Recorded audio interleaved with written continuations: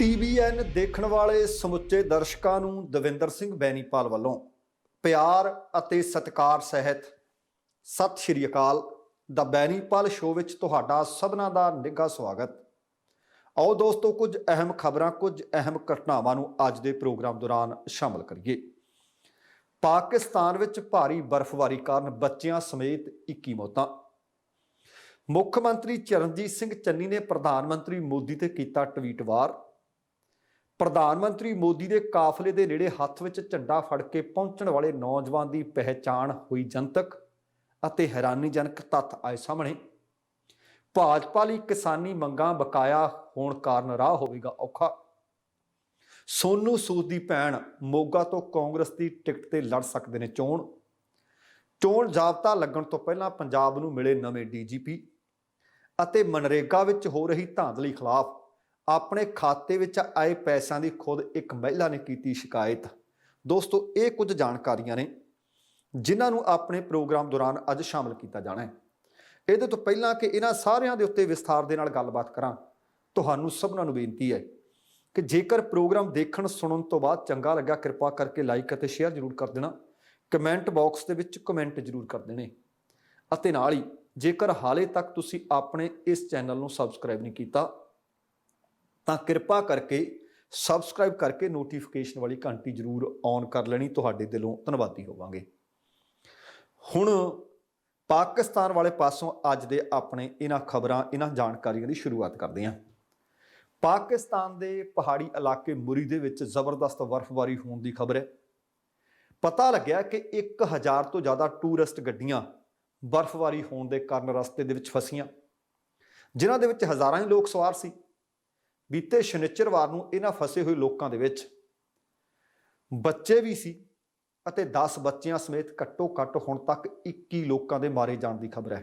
ਇਹ ਵੀ ਪਤਾ ਲੱਗਿਆ ਕਿ ਮਰਨ ਵਾਲਿਆਂ ਦੇ ਵਿੱਚੋਂ 10 ਦੀ ਮੌਤ ਕਾਰ ਦੇ ਵਿੱਚ ਬੈਠੇ ਠੰਡ ਦੇ ਕਾਰਨ ਜੰਮਣ ਕਾਰਨ ਹੋ ਗਈ ਅਤੇ ਮਰਨ ਵਾਲਿਆਂ ਦੀ ਇੱਕ ਦਰਦਨਾਕ ਵੀਡੀਓ ਸੋਸ਼ਲ ਮੀਡੀਆ ਦੇ ਉੱਤੇ ਵੀ ਇਸ ਵਕਤ ਕਾਫੀ ਵਾਇਰਲ ਹੋਈ ਹੈ। ਜਿਹੜੀਆਂ ਰਿਪੋਰਟਸ ਹੁਣ ਤੱਕ ਮਿਲੀਆਂ ਨੇ ਉਹਦੇ ਮੁਤਾਬਕ ਇੱਕ ਪੁਲਿਸ ਅਧਿਕਾਰੀ ਦੀ ਘਰਵਾਲੀ ਅਤੇ 6 ਬੱਚੇ ਮ੍ਰਿਤਕਾਂ ਦੇ ਵਿੱਚ ਸ਼ਾਮਲ ਨੇ ਅਤੇ ਇੱਕ ਹੋਰ ਪਰਿਵਾਰ ਦੇ ਵੀ ਮ੍ਰਿਤਕਾਂ ਦੇ ਵਿੱਚ 5 ਜੀ ਸ਼ਾਮਲ ਦੱਸੇ ਜਾ ਰਹੇ ਨੇ। ਇੱਕ ਟੂਰਿਸਟ ਨੇ ਇਹ ਵੀ ਦੱਸਿਆ ਕਿ ਉਹਨਾਂ ਦੀ ਹਾਲਤ ਉੱਥੇ ਬੜੀ ਖਰਾਬ ਹੈ। ਇਹ ਵੀ ਪਤਾ ਲੱਗਿਆ ਕਿ ਸਿਰਫ ਇਸ ਬਰਫੀਲੇ ਮੌਸਮ ਦੇ ਵਿੱਚ ਟੂਰਿਸਟ ਹੀ ਨਹੀਂ ਫਸੇ, ਕੁਝ ਲੋਕਲ ਲੋਕ ਵੀ ਫਸ ਗਏ। ਜਦੋਂ ਉਹ ਆ ਜਾ ਰਹੇ ਸੀ, ਜਦੋਂ ਬਰਫ਼ਬਾਰੀ ਹੋਣ ਲੱਗੀ, ਜਦੋਂ ਬਾਕੀ ਦੀਆਂ ਗੱਡੀਆਂ ਉੱਥੇ ਫਸ ਗਈਆਂ, ਕੁਝ ਪੈਦਲ ਲੋਕ ਫਸ ਗਏ ਅਤੇ ਕੁਝ ਲੋਕਲ ਲੋਕ ਵੀ ਉਹਨਾਂ ਦੇ ਵਿੱਚ ਹੀ ਫਸ ਗਏ। ਇਹ ਵੀ ਪਤਾ ਲੱਗਾ ਕਿ ਜਿਹੜੇ ਇਹ ਸੈਲਾਨੀ ਸੀ, ਦਰਅਸਲ ਉੱਥੇ ਬਰਫ਼ਬਾਰੀ ਦਾ ਆਨੰਦ ਲੈਣ ਵਾਸਤੇ ਪਹੁੰਚੇ ਸੀ। ਜਦੋਂ ਵਾਪਸ ਪਰਤ ਰਹੇ ਸੀ, ਸੜਕਾਂ ਜਾਮ ਹੋ ਗਈਆਂ ਤੇ ਇਹ ਉਸ ਬਰਫੀਲੇ ਤੂਫਾਨ ਦੇ ਵਿੱਚ ਫਸ ਗਏ। ਪਾਕਿਸਤਾਨ ਦੇ ਗ੍ਰਹਿ ਮੰਤਰੀ ਨੇ ਸ਼ੇਖ ਰਾਸ਼ਿਦ, ਉਹਨਾਂ ਦੇ ਮੁਤਾਬਕ ਬੀਤੇ ਕੁਝ ਦਿਨਾਂ ਦੇ ਦੌਰਾਨ ਹੀ 1 ਲੱਖ ਤੋਂ ਜ਼ਿਆਦਾ ਟੂਰਿਸਟ ਉੱਥੇ ਪਹੁੰਚੇ ਨੇ, ਜਿਹਦੇ ਕਾਰਨ ਆ ਸਥਿਤੀ ਬਣ ਗਈ। ਉੱਥੋਂ ਦੇ DSP ਦੇ ਮੁਤਾਬਕ ਮੁਰੀ ਦੇ ਵਿੱਚ ਘੱਟੋ ਘੱਟ 4 ਫੁੱਟ ਤੱਕ ਬਰਫ਼ ਪਈ ਹੈ, ਜਿਸ ਕਾਰਨ ਕੁਝ ਜਿਹੜੇ ਦਰਖਤ ਸੀ ਉਹ ਰਸਤਿਆਂ ਦੇ ਵਿੱਚ ਡਿੱਗ ਪਏ ਤੇ ਰਸਤੇ ਬੰਦ ਹੋ ਗਏ, ਗੱਡੀਆਂ ਉੱਥੇ ਫਸ ਗਈਆਂ। ਹੁਣ ਇਹ ਜਿਹੜਾ ਮੁਰੀ ਨਾਂ ਦਾ ਸਥਾਨ ਹੈ, ਪਾਕਿਸਤਾਨ ਦੀ ਰਾਜਧਾਨੀ ਇਸਲਾਮਾਬਾਦ ਦੇ ਉੱਤਰ ਦੇ ਵਿੱਚ ਸਥਿਤ ਹੈ ਅਤੇ ਸਮੁੰਦਰੀ ਤੱਟ ਤੋਂ ਇਹਦੀ ਉਚਾਈ ਲਗਭਗ 7500 ਫੁੱਟ ਦੱਸੀ ਜਾਂਦੀ ਹੈ। 19ਵੀਂ ਸਦੀ ਦੀ ਬਰਤਾਨਵੀ ਜਿਹੜੀ ਆਰਮੀ ਸੀ, ਬ੍ਰਿਟਿਸ਼ ਆਰਮੀ ਸੀ, ਉਹਨਾਂ ਨੇ ਇਸ ਸਥਾਨ ਨੂੰ ਮੈਡੀਕਲ ਬੇਸ ਦੇ ਤੌਰ ਤੇ ਵਸਾਇਆ ਸੀ ਅਤੇ ਹੁਣ ਲੋਕ ਇੱਥੇ ਟੂਰਿਸਟ ਜਾਂਦੇ ਨੇ। ਦੂਸਰੇ ਪਾਸੇ ਪਾਕਿਸਤਾਨ ਦੇ ਪ੍ਰਧਾਨ ਮੰਤਰੀ ਇਮਰਾਨ ਖਾਨ ਨੇ ਇਸ ਬਰਫ਼ਬਾਰੀ ਦੇ ਕਾਰਨ ਜਿਹੜੀਆਂ ਮੌਤਾਂ ਹੋਈਆਂ ਨੇ ਉਹਨਾਂ ਤੇ ਅਫਸੋਸ ਵੀ ਪ੍ਰਗਟਾਇਆ। ਉਹ ਕਹਿੰਦੇ ਮੇਰੇ ਵਾਸਤੇ ਇਹ ਇੱਕ ਵੱਡਾ ਸਦਮਾ ਹੈ।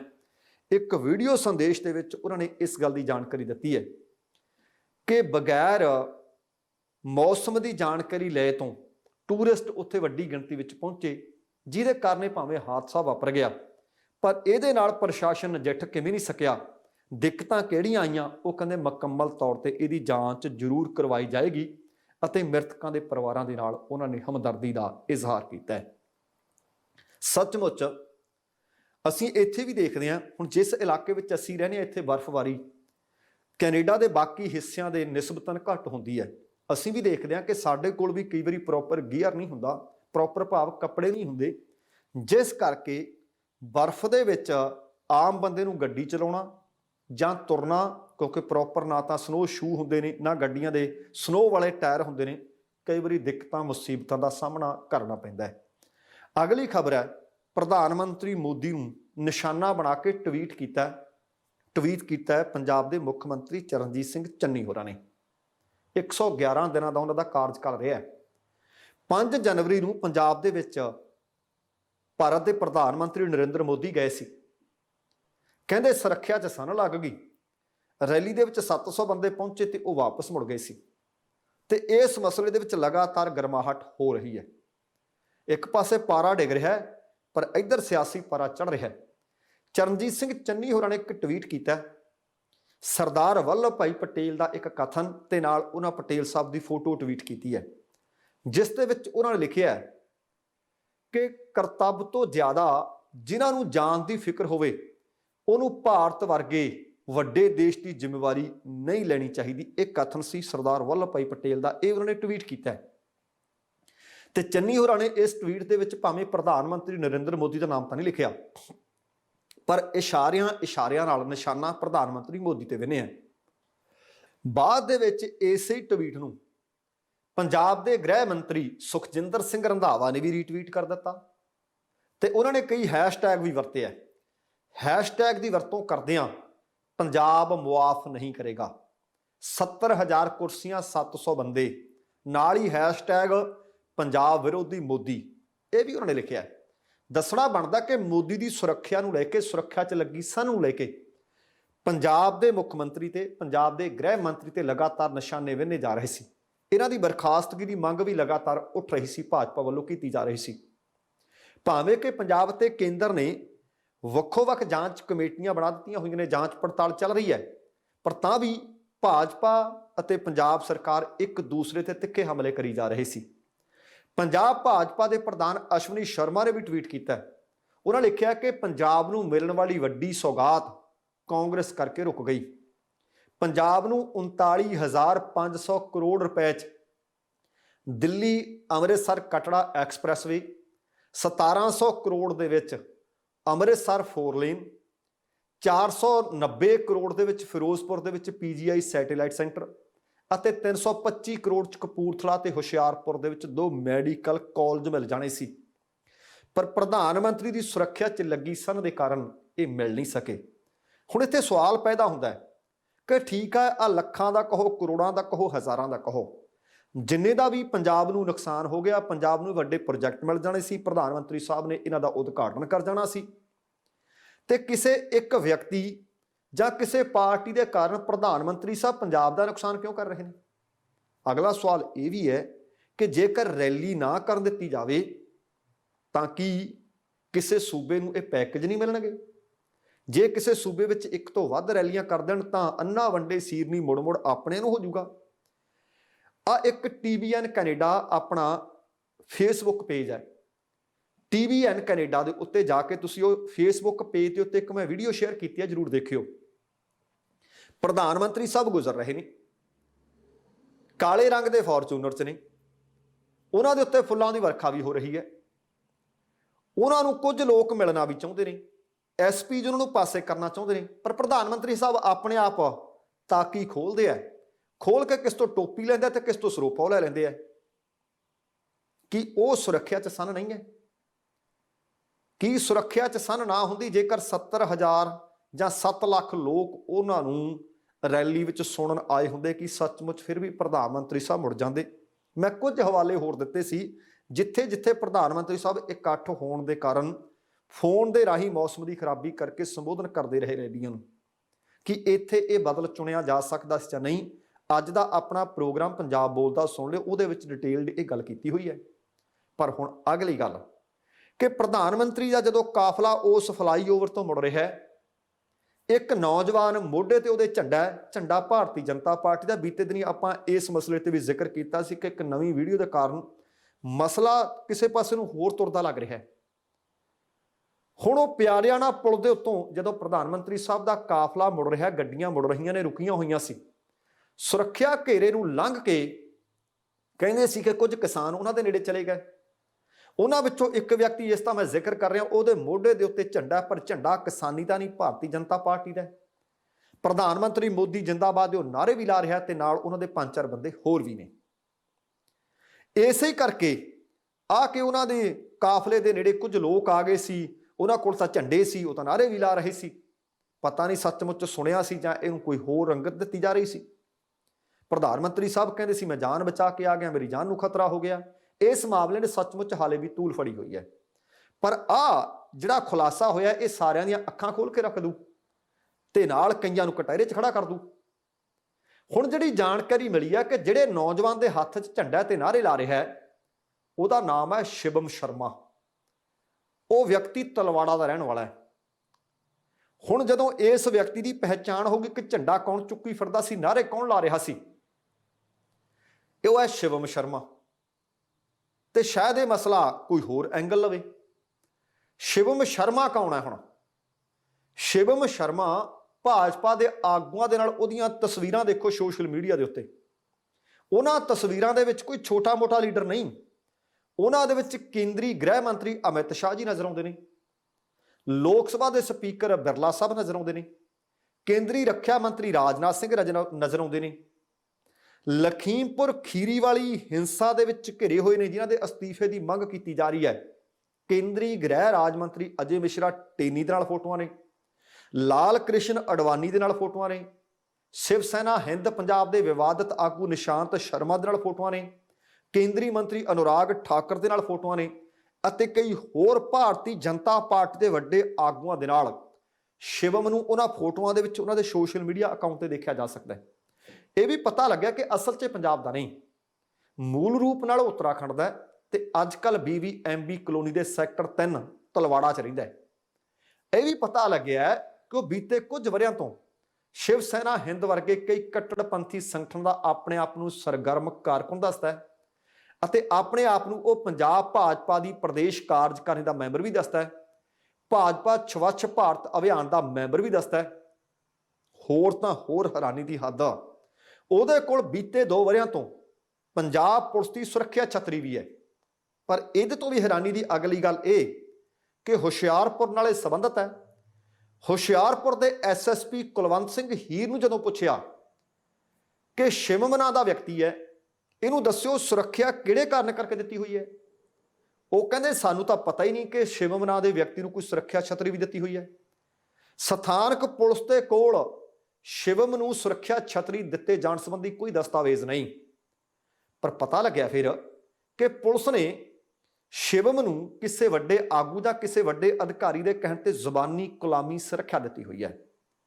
ਹੁਣ ਫਿਰੋਜ਼ਪੁਰ ਜਿਸ ਦਿਨ ਪ੍ਰਧਾਨ ਮੰਤਰੀ ਸਾਹਿਬ ਆ ਰਹੇ ਸੀ, ਉਹਨਾਂ ਦੀ ਫੇਰੀ ਦੇ ਦੌਰਾਨ ਸੜਕ ਤੇ ਜਾਮ ਦੇ ਵਿੱਚ ਫਸ ਗਿਆ ਪ੍ਰਧਾਨ ਮੰਤਰੀ। ਜਦੋਂ ਕਾਫਲਾ ਵਾਪਸ ਮੁੜ ਰਿਹਾ ਸੀ, ਸ਼ਿਵਮ ਆਪਣੇ ਕੁਝ ਸਾਥੀਆਂ ਨਾਲ ਭਾਜਪਾ ਦਾ ਝੰਡਾ ਲੈ ਕੇ ਮੋਦੀ ਜਿੰਦਾਬਾਦ ਕਹਿੰਦਾ ਉਹਨਾਂ ਦੀ ਗੱਡੀ ਦੇ ਨੇੜੇ ਚਲਾ ਗਿਆ ਸੀ। ਹੁਣ ਇਹ ਸਾਰੀ ਜਿਹੜੀ ਹਰਕਤ ਸੀ ਉਹਦੇ ਨਾਲ ਪੰਜਾਬੀਅਤ ਦੇ ਉੱਤੇ ਉਂਗਲਾਂ ਅੱਜ ਤੱਕ ਉੱਠ ਰਹੀਆਂ ਨੇ ਕਿ ਉਹਨਾਂ ਦੀ ਤਾਂ ਜਾਨ ਨੂੰ ਖਤਰਾ ਹੋ ਗਿਆ ਸੀ, ਉਹਨੇ ਤਾਂ ਸੁਰੱਖਿਆ ਤੋਂ ਸਨ ਲੱਗ ਗਈ, ਉਹਨਾਂ ਤਾਂ ਹਮਲਾ ਹੋ ਗਿਆ ਸੀ। ਹੁਣ ਆ ਜੋ ਮੈਂ ਤੁਹਾਡੇ ਨਾਲ ਜਾਣਕਾਰੀ ਸਾਂਝੀ ਕੀਤੀ ਹੈ ਕਿ ਉਹ ਆਪਣੇ ਆਪ ਨੂੰ ਭਾਜਪਾ ਦਾ ਕਾਰਕੁਨ ਦੱਸਦਾ, ਕਾਰਕੁਨ ਵੀ ਸਰਗਰਮ ਆ ਵੱਡੇ ਕੁਝ ਆਗੂਆਂ ਦੇ ਨਾਲ ਫੋਟੋਆਂ ਵੀ ਨੇ। ਇਹਦੇ ਨਾਲ ਭਾਜਪਾ, ਇਹਦੇ ਨਾਲ ਕੇਂਦਰ ਸਰਕਾਰ ਦੀ ਕਾਰਜ ਪ੍ਰਣਾਲੀ ਤੇ ਸਵਾਲ ਖੜੇ ਹੋ ਗਏ। ਸਵਾਲ ਇਸ ਕਰਕੇ ਖੜੇ ਹੋਏ ਹੈ ਕਿ ਕਿਸਾਨ ਆਗੂਆਂ ਨੇ ਤਾਂ ਇੱਕ ਵੀਡੀਓ ਸੰਦੇਸ਼ ਦੇ ਰਾਹੀਂ ਦੱਸ ਦਿੱਤਾ, ਪ੍ਰੈਸ ਕਾਨਫਰੰਸ ਕਰਕੇ ਵੀ ਦੱਸ ਦਿੱਤਾ ਹੈ ਕਿ ਸਾਨੂੰ ਬਿਲਕੁਲ ਇਲਮ ਨਹੀਂ ਸੀ ਕਿ ਇਸ ਰਸਤੇ ਤੇ ਪ੍ਰਧਾਨ ਮੰਤਰੀ ਸਾਹਿਬ ਆ ਰਹੇ ਨੇ। ਅਸੀਂ ਫਿਰੋਜ਼ਪੁਰ DC ਦਫ਼ਤਰ ਜਾਣਾ ਚਾਹੁੰਦੇ ਸੀ, ਸਾਨੂੰ ਅੱਗੇ ਜਾਣ ਤੋਂ ਰੋਕ ਲਿਆ। ਅਸੀਂ ਰੋਸ ਵਜੋਂ ਸੜਕ ਦੇ ਉੱਤੇ ਬੈਠ ਗਏ। ਸਾਨੂੰ ਤੱਕ ਪੁਲਿਸ ਅਫਸਰ ਨੇ ਆ ਕੇ ਕਿਹਾ ਕਿ ਉੱਠੋ ਜੀ, ਪ੍ਰਧਾਨ ਮੰਤਰੀ ਨੇ ਲੰਘਣਾ ਹੈ। ਕਹਿੰਦੇ ਅਸੀਂ ਕਿਹਾ ਸਾਨੂੰ ਉਠਾਉਣ ਦੇ ਲਈ ਇਹ ਆਖ ਰਹੇ ਨੇ, ਸ਼ਾਇਦ ਇਹ ਭਾਰਤੀ ਜਨਤਾ ਪਾਰਟੀ ਦੇ ਇੱਥੋਂ ਕਾਰਕੁਨਾਂ ਨੂੰ ਲਗਾਉਣਾ ਚਾਹੁੰਦੇ ਆ। ਪਰ ਜੇ ਹੋਰ ਕਿਸੇ ਨੂੰ ਬਿਲਕੁਲ ਇਲਮ ਨਹੀਂ ਸੀ ਕਿ ਪ੍ਰਧਾਨ ਮੰਤਰੀ ਸਾਹਿਬ ਇੱਥੋਂ ਦੀ ਆ ਰਹੇ ਨੇ, ਤਾਂ ਸ਼ਿਵਮ ਨੂੰ ਇਹ ਪਤਾ ਕਿਵੇਂ ਲੱਗਿਆ ਕਿ ਪ੍ਰਧਾਨ ਮੰਤਰੀ ਸਾਹਿਬ ਇਸ ਰਸਤੇ ਤੋਂ ਦੀ ਆ ਰਹੇ ਨੇ? ਉਹਨੇ ਝੰਡਾ ਵੀ ਚੁੱਕਿਆ, ਉਹਨੇ ਮੋਦੀ ਜਿੰਦਾਬਾਦ ਦੇ ਨਾਅਰੇ ਵੀ ਲਾਏ। ਪ੍ਰਧਾਨ ਮੰਤਰੀ ਸਾਹਿਬ ਕਿਵੇਂ ਪਤਾ ਲੱਗਾ ਕਿ ਐਸੀ ਗੱਡੀ ਵਿੱਚ ਬੈਠੇ ਆ? ਗੱਡੀ ਦੇ ਨੇੜੇ ਗਿਆ ਔਰ SPs ਨੇ ਉਹਨੂੰ ਕੁਝ ਨਹੀਂ ਆਖਿਆ। ਮੈਂ ਬੀਤੇ ਪਹਿਲਾਂ ਇੱਕ ਵੀਡੀਓ ਦਾ ਜ਼ਿਕਰ ਕਰ ਚੁੱਕਿਆ। ਆਪਣੇ ਆਪ ਦੇ ਵਿੱਚ ਸੱਚਮੁੱਚ ਦੀਆਂ ਪਰਤਾਂ ਖੁੱਲ ਰਹੀਆਂ ਨੇ ਕਿ ਕਿਤੇ ਭਾਰਤੀ ਜਨਤਾ ਪਾਰਟੀ ਨੇ ਆਪ ਹੀ ਤਾਂ ਨਹੀਂ ਕੀਤਾ ਕਰਾਇਆ, ਕਿ ਕਿਤੇ ਉਧਰ ਰੈਲੀ 'ਚ ਇਕੱਠ ਨਹੀਂ ਹੋਇਆ। ਕੋਈ ਬਹਾਨਾ ਵੀ ਤਾਂ ਹੋਵੇ ਜਿੱਥੋਂ ਪ੍ਰਧਾਨ ਮੰਤਰੀ ਸਾਹਿਬ U ਟਰਨ ਮਾਰ ਸਕਣ। मैं दूसरे पंजाब बोलदा प्रोग्राम में जिक्र किया कि प्रधानमंत्री साहब मौसम खराब जो हो गया सी, बिल्कुल होया है, तो बठिंडा हवाई अड्डे तो खड़ के उतों फोन राही संबोधन कर रहे थे। ये नहीं कि उन्होंने पहला कभी इंज फोन राही संबोधन किया नहीं, पहला भी करते रहे है, पर उन्होंने रैलियां च इकट्ठ सी चंगा होवे कि पंजाब के आगुओं नूं पुछण कि मौसम की खराबी एक पासे, रस्ता रोकिया जाना एक पासे, ये सारियां गल्लां जायज़ गिण लाओ, पर तुसीं तां ये दस दिओ कि पंजाब की इस फिरोजपुर वाली रैली में लोग क्यों ना पहुंचे। हुण चोणां दा 5 सूबियां दे विच ऐलान हो चुकिया है, 14 फरवरी नूं पंजाब च भी चोणां ने, उधर यूपी च कई पड़ावां च चोणां होणीਆਂ ने, आपां दूसरे प्रोग्राम दे विच उहदा जिक्र कर लिया सी। हुण चोणां दे ऐलान तो बाद भाजपा दा राह मैनूं सुखाला नहीं लग रहा, क्योंकि केंद्र सरकार ने हाले तक किसानां दीयां ओह वड्डियां ते अहम मंगां नहीं मन्नियां जिन्हां दे उत्ते सहमति बन गई सी। उन्हां विच MSP वाली भी मंग भी है, उन्हां च केंद्रीय गृह राज मंत्री अजय मिश्रा टेनी नूं उहदे तो हटाउण वाली मंग भी शामिल है। दसना बनता है कि केंद्रीय मंत्री का पुत्र लखीमपुर खीरी हिंसा वाले मामले दे विच मुख मुलजम है। किसान आगुओं ने कहा कि संयुक्त किसान मोर्चा 15 जनवरी नूं मीटिंग करू, मीटिंग करके बकाया मंगां ते समीक्षा करू ते अगले जिहड़े कदम होणगे वो किहड़े उठाउणे ने उहदे बारे फैसला कर लिया जाएगा। हुण रैलियां दे उत्ते 15 जनवरी तक रोक है, फिर चोण कमिशन ने समीक्षा करनी है, नहीं तो जे कोविड की स्थिति इस तरह रही जां इहदे तो भी विगड़ी तो ना पैदल यात्रा कर सकणगे, ना कोई रैली कर सकणगे, ना कोई जलसा जलूस कर सकणगे। इत्थों तक कि आख्या कि अपनी नामजदगी भी ऑनलाइन भरो, पर जे इन परसन भरनी है तो 2 बंदियां तो तीसरा बंदा तुसीं नाल नहीं लिजा सकदे। डोर नॉकिंग करनी है, लोगों के दरवाजे ते जाना तो 5वें तो 6वां बंदा नाल नहीं लिजा सकते। सो कहण दा भाव, पर इहदे नाल नाल लोकां तो अपने खाते वाला बटन किवें दबाउणा है, उत्तों दी चोण जाबता लग चुकिया है। हुण देखो कि किसानां ते भाजपा दा आउण वाले दिनां दे विच पेचा फेर पैंदा, क्योंकि पेच हाले भी कई चीज़ां नूं लैके फसिया होया है। हुण सोनू सूद कोविड के दिनां दे दौरान बहुत सारे लोगों की मदद की है सोनू सूद ने। सोनू सूद बॉलीवुड के अदाकार ने, उन्होंने भैन मालविका सूद सच्चर ने कांग्रेस के विच शामिल होने का कहते आखिरकार फैसला कर लिया, जिस तो बाद उन्होंने तो फैसला किया मैं कांग्रेस च जाना है, पर मोगा की सियासत के विच नवीं चर्चा छिड़ गई है। सत्ताधारी धिर के मौजूदा विधायक डॉक्टर हरजोत कमल और मोगा के टिकट के कई दावेदार होर भी ने, नींद उन्हों की उड़ गई है, मत्थे ते चिंतावां दीयां लकीरां साफ नज़र आउंदियां ने। मोगा दे विच साबका मंत्री डॉक्टर मालती थापर, साबका विधायक विजय साथी, डॉक्टर पवन थापर अते कई होर सीनियर दे कांग्रेसी आगू सी जिन्हां ने मालविका दे नाल मुलाकात की है। जानकारी तो यह भी मिली है कि रिटायर्ड जस्टिस महताब सिंह गिल ने भी मालविका दे नाल मुलाकात की है, पर गिल साहब का कहना है कि उन्होंने ये मुलाकात कोई सियासी मुलाकात नहीं सी, ये उन्होंने एक परिवारक मिलनी परिवारक मुलाकात सी। यह भी दस्सिया जा रहा कि आने वाले सोमवार को मालविका अधिकारत तौर पर कांग्रेस के शामिल होणगे। मालविका की यह भी पता लग्या सी कि पंजाब कांग्रेस के इंचार्ज हरीश चौधरी नाल भी मुलाकात हो चुकी है अते शमूलीयत के बाबत भी गल गिणी मिथी जा चुकी है अते सिर्फ चोण जाबता लगन की उड़ीक की जा रही सी। ये चर्चा पहला सी कि शायद वो कांग्रेस विच नहीं आम आदमी पार्टी विच शामिल होणगे। 2-3 दिन पहला सोनू सूद ने भी उन्होंने जिहड़े सूबाई आईकॉन के तौर पर उन्होंने अपॉइंट किया होया सी उहदे तो भी अपना अस्तीफा दे दिता सी। हुण मालविका सूद ने कांग्रेस का पल्ला फड़ लिया, मोगा की सियासत विच काफ़ी तब्दीली नज़र आएगी। जिस तरह बीते दिनी इस गल नूं लैके विवाद उठिया सी आम आदमी पार्टी का जलंधर दे विच कि भाई तुसी इस बंदे नूं टिकट दित्ती है, सुभाविक है जिन्हों टिकट मिलनी है वो जिंदाबाद कहेगा, जिन्हों टिकटां नहीं मिलनियां वो मुखालफत हर एक पार्टी च करेगा। हले कांग्रेस पार्टी का देखियो जुलूस निकलदा, क्योंकि खबरां ने कि 20 विधायकों की टिकट कटनी है, उन्हां कोल भावें बहुते बदल नहीं पर फिर भी वो बगावत कर सकते हैं। अते हुण सिर्फ सोनिया गांधी के फैसले की उड़ीक की जा रही है ते नाल ये नाप तोल के देखा जा रहा है कि जे उन्हां दी टिकट कटदे हैं तो किन्नी बगावत होने के आसार ने अते किन्ना को डेंट पा सकते हैं। ये सारा नापिया तोलिया जा रहा है ਤੇ ਹੋ ਸਕਦਾ ਹੈ 2-4 ਦਿਨਾਂ ਦੇ ਵਿੱਚ ਕਾਂਗਰਸ ਵਾਲੇ ਵੀ ਆਪਣੀ ਪਹਿਲੀ ਜਾਂ ਦੂਸਰੀ ਜਾਂ ਇਕੱਠੀਆਂ ਹੀ ਕੁਝ ਇੱਕ ਸੂਚੀਆਂ ਦਾ ਐਲਾਨ ਥੋੜੇ ਸਮੇਂ ਤੋਂ ਬਾਅਦ ਕਰ ਦੇਣ। ਹੁਣ ਪੰਜਾਬ ਦੇ ਵਿੱਚ ਚੋਣ ਜ਼ਾਬਤਾ ਲੱਗ ਚੁੱਕਿਆ ਹੈ। ਪੰਜਾਬ ਨੂੰ ਨਵੇਂ ਡੀਜੀਪੀ ਮਿਲ ਗਏ ਨੇ। ਅਸਲ ਦੇ ਵਿੱਚ ਚੋਣ ਜ਼ਾਬਤਾ ਲੱਗਣ ਤੋਂ ਕੁਝ ਘੰਟੇ ਪਹਿਲਾਂ ਹੀ 1987 ਬੈਚ ਦੇ ਸੀਨੀਅਰ IPS ਅਫਸਰ VK ਭਾਵਰਾ ਨੂੰ ਪੰਜਾਬ ਦਾ ਨਵਾਂ ਤੇ ਪੱਕਾ ਡੀਜੀਪੀ ਲਾ ਦਿੱਤਾ ਹੈ, ਕਿਉਂਕਿ ਪ੍ਰਧਾਨ ਮੰਤਰੀ ਦੇ ਦੌਰੇ ਦੇ ਦੌਰਾਨ ਚੱਟੋਪਧਿਆਏ ਜਿਹੜੇ ਕਾਰਜਕਾਰੀ ਡੀਜੀਪੀ ਸੀ ਉਹ ਉਸ ਮਾਮਲੇ ਦੇ ਵਿੱਚ ਘਿਰ ਗਏ ਸੀ ਤੇ ਉਹਨਾਂ ਨੂੰ ਅਹੁਦਿਓਂ ਫਾਰਗ ਕਰ ਦਿੱਤਾ ਅਤੇ ਉਹਨਾਂ ਕੋਲ ਇਕਬਾਲਪ੍ਰੀਤ ਸਿੰਘ ਸਹੋਤਾ ਨੂੰ ਹਟਾਏ ਜਾਣ ਤੋਂ ਬਾਅਦ ਡੀਜੀਪੀ ਦਾ ਦਰਅਸਲ ਵਾਧੂ ਚਾਰ ਸੀ।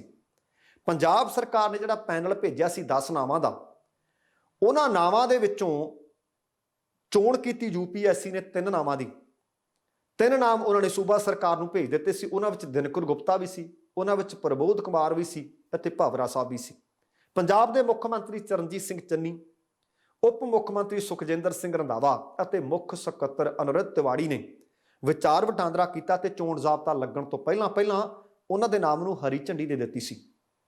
ਹੁਣ ਅਸਲ ਦੇ ਵਿੱਚ UPSC ਵੱਲੋਂ ਕੱਟ ਆਫ ਡੇਟ 30 ਸਤੰਬਰ ਦੀ ਬਜਾਏ 5 ਅਕਤੂਬਰ ਮੰਨੀ ਗਈ, ਜਿਸ ਦੇ ਕਾਰਨ ਮੌਜੂਦਾ ਕਾਰਜਕਾਰੀ ਡੀਜੀਪੀ ਸਿਧਾਰਥ ਚੱਟੋਪਧਿਆਏ ਡੀਜੀਪੀ ਦੀ ਦੌੜ ਦੇ ਵਿੱਚੋਂ ਬਾਹਰ ਹੋਏ ਤੇ ਦੂਸਰਾ ਉਹਨਾਂ ਦੇ ਉੱਤੇ ਗਾਜ ਇਸ ਕਰਕੇ ਵੀ ਸੁੱਟ ਦਿੱਤੀ ਗਈ ਕਿਉਂਕਿ ਪ੍ਰਧਾਨ ਮੰਤਰੀ ਦੀ ਫੇਰੀ ਦੇ ਮੌਕੇ ਤੇ ਸਵਾਲ ਉੱਠ ਰਹੇ ਸੀ। ਹੁਣ ਇਹ ਮੈਂ ਤੁਹਾਨੂੰ ਦੱਸਦਾ ਕਿ ਪੰਜਾਬ ਨੂੰ 3 ਮਹੀਨਿਆਂ ਦੇ ਅੰਦਰ ਤੀਸਰਾ ਡੀਜੀਪੀ ਮਿਲ ਗਿਆ। ਪੰਜਾਬ ਦੇ ਜਿਹੜੇ ਨਵੇਂ ਡੀਜੀਪੀ ਵੀਰੇਸ਼ ਭਾਵਰਾ ਬਣੇ ਨੇ 1987 ਬੈਚ ਦੇ IPS ਆਫੀਸਰ ਨੇ। ਉਹਨਾਂ ਨੂੰ ਪੁਲਿਸ ਮੈਡਲ ਮੈਰੀਟੋਰੀਅਸ ਸਰਵਿਸ ਤੇ ਵਧੀਆ ਸੇਵਾਵਾਂ ਲਈ ਰਾਸ਼ਟਰਪਤੀ ਪੁਲਿਸ ਮੈਡਲ ਨਾਲ ਸਨਮਾਨਿਆ ਜਾ ਚੁੱਕਿਆ ਹੈ। ਉਹਨਾਂ ਨੇ ਪੰਜਾਬ ਵਿੱਚ ਵੀ, ਅਸਾਮ ਦੇ ਵਿੱਚ ਵੀ ਅਤੇ ਨਾਲ ਹੀ ਇੰਟੈਲੀਜੈਂਸ ਬਿਊਰੋ ਵਿੱਚ ਵੀ ਅਤੇ ਭਾਰਤ ਸਰਕਾਰ ਦੇ ਵਿੱਚ ਵੀ ਵੱਖ-ਵੱਖ ਅਹੁਦਿਆਂ ਦੇ ਉੱਤੇ ਸੇਵਾਵਾਂ ਦਿੱਤੀਆਂ ਨੇ। ਉਹ SSP ਮਾਨਸਾ ਵੀ ਰਹੇ, ਉਹ IGP ਬਠਿੰਡਾ ਵਿੱਚ ਵੀ ਆਪਣੀਆਂ ਸੇਵਾਵਾਂ ਦੇ ਚੁੱਕੇ ਨੇ ਤੇ ਵੀਰੇਸ਼ ਭਾਵਰਾ DGP ADGP ਇੰਟੈਲੀਜੈਂਸ, ਪ੍ਰੋਵੀਜ਼ਨਿੰਗ ਅਤੇ ਆਧੁਨਿਕੀਕਰਨ, ਸੂਚਨਾ ਟੈਕਨੋਲੋਜੀ ਅਤੇ ਦੂਰ ਸੰਚਾਰ, ਬਿਊਰੋ ਆਫ ਇਨਵੈਸਟੀਗੇਸ਼ਨ, ਅੰਦਰੂਨੀ ਚੌਕਸੀ ਅਤੇ ਮਨੁੱਖੀ ਅਧਿਕਾਰ ਤੇ ਭਲਾਈ ਦੇ ਤੌਰ ਤੇ ਪੰਜਾਬ ਪੁਲਿਸ ਤੇ ਵੱਖ-ਵੱਖ ਪੁਲਿਸ ਵਿੰਗਾਂ ਦੇ ਮੁਖੀ ਵਜੋਂ ਵੀ ਕੰਮ ਕਰ ਚੁੱਕਿਆ ਹੈ।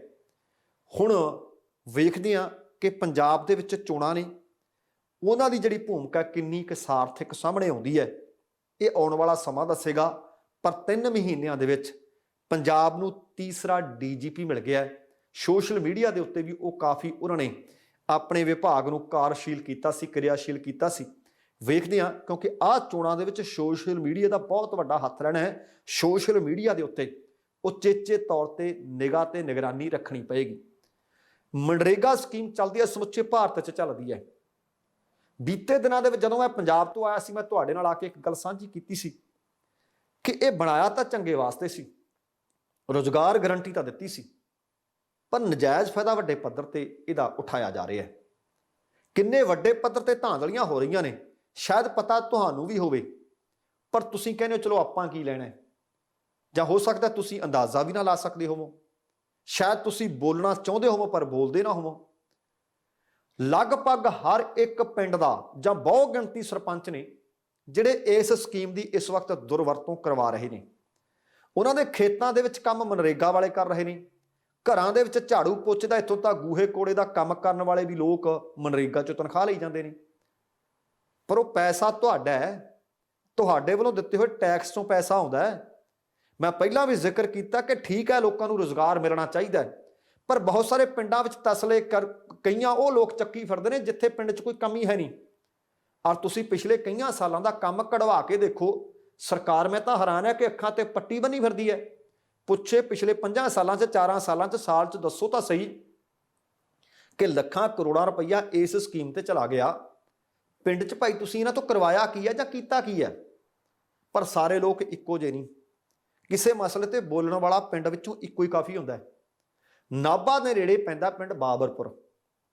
ਬਾਬਰਪੁਰ ਤੋਂ ਬਲਦੇਵ ਕੌਰ ਨਾਮ ਦੀ ਇੱਕ ਔਰਤ ਦੇ ਵੱਲੋਂ ਸ਼ਿਕਾਇਤ ਦਰਜ ਕਰਵਾਈ ਗਈ ਹੈ। ਉਹ ਕਹਿੰਦੀ ਮੈਂ ਕੰਮ ਕੋਈ ਕੀਤਾ ਨਹੀਂ। ਫਿਰ ਵਿਭਾਗ ਨੇ ਮੇਰੇ ਖਾਤੇ ਦੇ ਵਿੱਚ ਦਿਹਾੜੀਆਂ ਦੇ ਪੈਸੇ ਜਾਂ ਰਕਮ ਕਿਵੇਂ ਪਾ ਦਿੱਤੀ? ਉਹ ਕਹਿੰਦੀ ਇਹ ਮੈਂ ਮੰਨਦੀ ਹਾਂ, ਮੈਂ ਕੰਮ ਦੀ ਮੰਗ ਜ਼ਰੂਰ ਕੀਤੀ ਸੀ, ਕਾਨੂੰਨ ਅਨੁਸਾਰ ਕੰਮ ਵੀ ਲੈਣਾ ਚਾਹੁੰਦੀ ਸੀ, ਆਪਣੇ ਹੱਕ ਵਜੋਂ ਬੇਰੁਜ਼ਗਾਰੀ ਭੱਤਾ ਵੀ ਲੈਣ ਵਾਸਤੇ ਮੈਂ ਅਪਲਾਈ ਕੀਤਾ ਸੀ, ਪਰ ਆਹ ਮੁਫਤ ਦੇ ਪੈਸੇ ਨਹੀਂ ਮੈਂ ਲੈ ਸਕਦੀ। ਬਲਦੇਵ ਕੌਰ ਨੇ ਦੱਸਿਆ ਕਿ ਜਦੋਂ ਉਸ ਨੂੰ ਡੈਮੋਕ੍ਰੇਟਿਕ ਮਨਰੇਗਾ ਫਰੰਟ ਨਾਲ ਆ ਕੇ ਮਨਰੇਗਾ ਦੀ ਸਮਝ ਆਈ ਕਿ ਹੈ ਕੀ, ਫਿਰ ਪਤਾ ਲੱਗਿਆ ਕਿ ਇਹ ਹੱਕ ਰਸੂਖਦਾਰਾਂ ਦੀ ਖੈਰਾਤ ਨਹੀਂ ਹੈ। ਇਹਦੇ ਵਿੱਚ ਕਿਵੇਂ ਧਾਂਦਲੀਆਂ ਹੁੰਦੀਆਂ ਨੇ ਉਹਨੇ ਜੱਗ ਜ਼ਾਹਰ ਕਰਕੇ ਰੱਖ ਦਿੱਤੀਆਂ ਨੇ। ਉਹ ਕਹਿੰਦੀ ਪਿੰਡ ਦੇ ਵਿੱਚੋਂ ਇਕੱਲੀ ਹੀ ਕਾਨੂੰਨ ਦੇ ਅਨੁਸਾਰ ਕੰਮ ਲੈਣ ਦੀ ਮੰਗ ਤੇ ਪਹਿਰਾ ਦੇਣ ਲੱਗੀ ਜਦੋਂ ਉਹਨੂੰ ਪਤਾ ਲੱਗ ਗਿਆ ਕਿ ਹੈ ਕੀ, ਧਾਂਦਲੀਆਂ ਕਿਵੇਂ ਹੁੰਦੀਆਂ ਨੇ। ਬਲਦੇਵ ਕੌਰ ਕਹਿੰਦੀ ਇਹ ਜਿਹੜਾ ਤੰਤਰ ਚੱਲ ਰਿਹਾ ਨਾ ਸੱਚਮੁੱਚ ਵੱਡੀ ਚੋਰ ਬਜ਼ਾਰੀ ਹੈ। ਆਹ ਜਿਹੜੇ ਪੈਸੇ ਮੇਰੇ ਖਾਤੇ 'ਚ ਪਾਏ ਨੇ ਮੈਂ ਨਹੀਂ ਲੈ ਸਕਦੀ। ਉਹਨਾਂ ਦੇ ਖਾਤੇ 'ਚ 1600 ਤੇ 14 ਰੁਪਏ ਪਾਏ। ਪਤਾ ਕੀਤਾ ਕਿ ਮੇਰੇ ਖਾਤੇ 'ਚ 1614 ਰੁਪਏ ਆ ਕਿਵੇਂ ਗਏ। ਕਹਿੰਦੇ ਜੀ ਇਹ ਆਏ ਆ ਮਨਰੇਗਾ 'ਚੋਂ।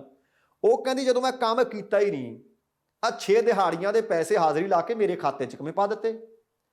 ਇਸ ਮਸਲੇ ਤੇ ਬਲਦੇਵ ਕੌਰ ਨੇ ਸ਼ਿਕਾਇਤ ਦਰਜ ਕਰਵਾ ਦਿੱਤੀ ਆ। ਉਹ ਕਹਿੰਦੀ ਮੈਂ ਗੁਰਸਿੱਖ ਮਹਿਲਾ, ਇਸ ਤਰ੍ਹਾਂ ਦੇ ਪੈਸੇ ਮੈਂ ਨਹੀਂ ਲੈ ਸਕਦੀ। ਇਹ ਜੇ ਮੈਂ ਪੈਸੇ ਲੈ ਲਏ ਤਾਂ ਮੇਰੇ ਮਨ ਤੇ ਬੋਝ ਰਹੂ। ਉਹ ਦੋਸ਼ ਲਗਾ ਰਹੇ ਨੇ ਕਿ ਉਹ ਇਸ ਵਿਗਾੜ ਦਾ, ਇਸ ਤੰਤਰ ਦਾ ਹਿੱਸਾ ਨਹੀਂ, ਮੈਂ ਤਾਂ ਇਹਦੇ ਖਿਲਾਫ ਸੰਘਰਸ਼ ਕਰ ਰਹੀ ਹਾਂ। ਉਹਨਾਂ ਨੇ ਜਿਹੜੀ ਸ਼ਿਕਾਇਤ ਦਰਜ ਕਰਵਾਈ ਆ ਉਹਦੇ ਵਿੱਚ ਲਿਖਿਆ ਕਿ ਮਜ਼ਦੂਰਾਂ ਵੱਲੋਂ ਲੰਬੇ ਸਮੇਂ ਤੋਂ ਲਗਾਏ ਜਾ ਰਹੇ ਦੋਸ਼ਾਂ ਦੇ ਹੱਕ ਵਿੱਚ ਆ ਚੱਕੂ ਸਬੂਤ ਕਿ ਕਿਸ ਤਰ੍ਹਾਂ ਰਸੂਖਦਾਰਾਂ ਨੂੰ ਘਰ ਬੈਠੇ ਪੈਸੇ ਦਿੱਤੇ ਜਾ ਰਹੇ ਨੇ। ਇਸੇ ਕਰਕੇ ਨਿਯੁਕਤੀ ਪੱਤਰ ਜਾਰੀ ਨਹੀਂ ਕੀਤੇ ਜਾਂਦੇ। ਕੰਮ ਵਾਲੀ ਥਾਂ ਤੇ ਮਸਟਰੋਲ ਦੀ ਥਾਂ ਕੱਚੇ ਕਾਗਜ਼ ਤੇ ਹਾਜ਼ਰੀ ਭਰੀ ਜਾਂਦੀ ਹੈ। ਤੇ ਇਸ ਮਸਲੇ ਦੀ ਕਹਿੰਦੇ ਜਾਂਚ ਹੋਣੀ ਚਾਹੀਦੀ ਹੈ। ਦੂਸਰੇ ਪਾਸੇ ਪਤਾ ਲੱਗਾ ਕਿ ਸ਼ਿਕਾਇਤ ਤੋਂ ਬਾਅਦ ਪੰਜਾਬ ਦੇ ਸੰਯੁਕਤ ਵਿਕਾਸ ਕਮਿਸ਼ਨਰ ਤੇਜ ਪ੍ਰਤਾਪ ਸਿੰਘ ਨੇ ਜਾਂਚ ਦੇ ਆਦੇਸ਼ ਦੇ ਦਿੱਤੇ ਹੈ ਅਤੇ ਬੁੱਧਵਾਰ ਤੱਕ ਰਿਪੋਰਟ ਤਲਬ ਕਰ ਲਈ ਹੈ। ਪਰ ਸਵਾਲ ਹੁੰਦਾ ਹੈ ਕਿ ਬਾਬਰਪੁਰ ਦੀ ਇਸ ਔਰਤ ਨੇ, ਇਸ ਮਹਿਲਾ ਨੇ ਤਾਂ ਕਦਮ ਚੁੱਕ ਲਿਆ, ਪਰ ਉਹ ਕਿਹੜਾ ਪਿੰਡ ਹੈ ਜਿੱਥੇ ਇਸ ਤਰੀਕੇ ਨਾਲ ਸਰਪੰਚ ਦੇ ਵੱਲੋਂ ਧਾਂਦਲੀ ਨਹੀਂ ਕੀਤੀ ਜਾਂਦੀ। ਕੀ ਸੱਚਮੁੱਚ ਪ੍ਰਸ਼ਾਸਨ ਨੂੰ ਜਾਂ ਅਫਸਰਾਂ ਨੂੰ ਇਸ ਗੱਲ ਦਾ ਇਲਮ ਨਹੀਂ ਹੈ, ਜਾਂ ਸਾਰਾ ਕੁਝ ਪਤਾ ਹੋਣ ਦੇ ਬਾਵਜੂਦ ਰਲ ਮਿਲ ਕੇ ਸਾਰਾ ਕੁਝ ਹਜ਼ਮ ਕਰੀ ਜਾਂਦੇ ਨੇ। ਮੈਂ ਬਹੁਤ ਸਾਰੇ ਲੋਕਾਂ ਨੂੰ ਵੇਖਿਆ, ਬਹੁਤ ਸਾਰੇ ਪਿੰਡਾਂ ਦੇ ਵਿੱਚ ਪੁੱਛਿਆ ਕਿ ਇੱਥੇ ਕੀਤਾ ਕੀ ਹੈ। ਸਵੇਰ ਤੋਂ ਸ਼ਾਮ ਤੱਕ 2 ਫੁੱਟ ਥਾਂ ਦੀ ਸਫਾਈ ਕਰਦੇ ਨਹੀਂ। ਅਸਲ ਦੇ ਵਿੱਚੋਂ ਸਫਾਈ ਕਰਨ ਵਾਲੀ ਥਾਂ ਹੁੰਦੀ ਵੀ ਨਹੀਂ। ਮਹੀਨਾ ਪਹਿਲਾਂ ਇਧਰੋਂ ਮਿੱਟੀ ਪੁੱਟ ਕੇ ਉਧਰ ਸੁੱਟੀ ਤੇ ਅਗਲੇ ਮਹੀਨੇ ਇਧਰੋਂ ਮਿੱਟੀ ਪੁੱਟੀ ਤੇ ਇਧਰ ਸੁੱਟੀ। ਕਿਉਂ ਨਹੀਂ ਬੋਲਦੇ ਬਈ ਤੁਸੀਂ? ਇਹ ਪੈਸਾ ਪਿੰਡ ਦੇ ਕਿਸੇ ਉਸਾਰੂ ਥਾਂ ਤੇ ਲੱਗ ਸਕਦਾ ਹੈ। ਇਹ ਸਕੀਮ ਦਾ ਕੋਈ ਬਦਲਾਅ, ਕੋਈ ਮੂੰਹ ਮਹਾਂਦਰਾ ਇਹਦਾ ਬਦਲਿਆ ਜਾ ਸਕਦਾ ਹੈ। ਜਦ ਪਿੰਡਾਂ ਦੇ ਵਿੱਚ ਉਸ ਤਰ੍ਹਾਂ ਦੇ ਕੰਮ ਦੀ ਜ਼ਰੂਰਤ ਨਹੀਂ, ਉਹਨਾਂ ਨੂੰ ਕੰਮ ਦਿਓ ਜਿੱਥੇ ਕੰਮ ਦੀ ਜ਼ਰੂਰਤ ਹੈ। ਸਰਪੰਚ ਆਪਣੇ ਖੇਤਾਂ 'ਚ ਉਹਨਾਂ ਤੋਂ ਕੰਮ ਕਿਉਂ ਕਰਵਾਵੇ? ਸਰਪੰਚ ਆਪਣੇ ਘਰ ਦੇ ਵਿੱਚ ਗੋਹਾ ਕੂੜਾ ਉਹਨਾਂ ਤੋਂ ਕਿਉਂ ਕਰਵਾਵੇ? ਸਰਪੰਚ ਦੇ ਘਰ ਉਹ ਝਾੜੂ ਪੋਚਾ ਕਿਉਂ ਲਾਉਣ? ਬੋਲੋ। ਆ ਇੱਕ ਮਹਿਲਾ ਨੇ ਤੁਹਾਨੂੰ ਇੱਕ ਤਸਵੀਰ ਦਿਖਾ ਦਿੱਤੀ ਹੈ, ਸ਼ੀਸ਼ਾ ਸਾਫ਼ ਕਰ ਦਿੱਤਾ, ਗਰਦ ਲਾ ਦਿੱਤੀ ਹੈ। ਇੱਕ ਮਹਿਲਾ ਨੇ, ਹੁਣ ਅਸੀਂ ਵੀ ਕਹਿੰਦੇ ਹਾਂ ਕਿ ਅਸੀਂ ਸੱਚੇ ਸੁੱਚੇ ਸਿੱਖ ਹਾਂ, ਪਰ ਉਹ ਕਹਿੰਦੀ ਮੈਂ ਇਹ ਪੈਸਾ ਨਹੀਂ ਲੈ ਸਕਦੀ, ਪਰ ਪੈਸਾ ਮੈਨੂੰ ਚਾਹੀਦਾ, ਕੰਮ ਮੈਨੂੰ ਚਾਹੀਦਾ, ਪਰ ਹੱਕ ਦਾ ਹੋਵੇ। ਰੋਟੀ ਹੱਕ ਦੀ ਖਾਈਏ ਜੀ, ਭਾਵੇਂ ਬੂਟ ਪਾਲਿਸ਼ਾਂ ਕਰੀਏ। ਸੋ ਦੋਸਤੋ, ਇਹ ਸੀ ਕੁੱਲ ਮਿਲਾ ਕੇ ਆਪਣਾ ਅੱਜ ਦਾ ਪ੍ਰੋਗਰਾਮ। ਉਮੀਦ ਕਰ ਰਿਹਾ ਕਿ ਤੁਹਾਨੂੰ ਚੰਗਾ ਲੱਗਿਆ ਹੋਵੇਗਾ। ਜੇਕਰ ਸੱਚਮੁੱਚ ਚੰਗਾ ਲੱਗਿਆ ਤਾਂ ਕਿਰਪਾ ਕਰਕੇ ਲਾਈਕ ਅਤੇ ਸ਼ੇਅਰ ਜ਼ਰੂਰ ਕਰ ਦੇਣਾ। ਜੇਕਰ ਹਾਲੇ ਤੱਕ ਤੁਸੀਂ ਆਪਣੇ ਇਸ ਚੈਨਲ ਨੂੰ ਸਬਸਕ੍ਰਾਈਬ ਨਹੀਂ ਕੀਤਾ ਤਾਂ ਕਿਰਪਾ ਕਰਕੇ ਸਬਸਕ੍ਰਾਈਬ ਕਰਕੇ ਨੋਟੀਫਿਕੇਸ਼ਨ ਵਾਲੀ ਘੰਟੀ ਜ਼ਰੂਰ ਔਨ ਕਰ ਲੈਣੀ। ਤੁਹਾਡੇ ਦਿਲੋਂ ਧੰਨਵਾਦੀ ਹੋਵਾਂਗੇ। ਸਮਾਂ ਸਮਾਪਤ ਹੈ। ਜਾਣ ਤੋਂ ਪਹਿਲਾਂ ਕਹਾਂਗਾ, ਜ਼ਿੰਦਗੀ ਜਿੰਦਾਦਲੀ ਦਾ ਨਾਮ ਹੈ। ਦਵਿੰਦਰ ਸਿੰਘ ਬੈਨੀਪਾਲ ਨੂੰ ਆਗਿਆ ਦਿਓ। ਸਤਿ ਸ਼੍ਰੀ ਅਕਾਲ ਤੇ ਰੱਬ ਰਾਖਾ।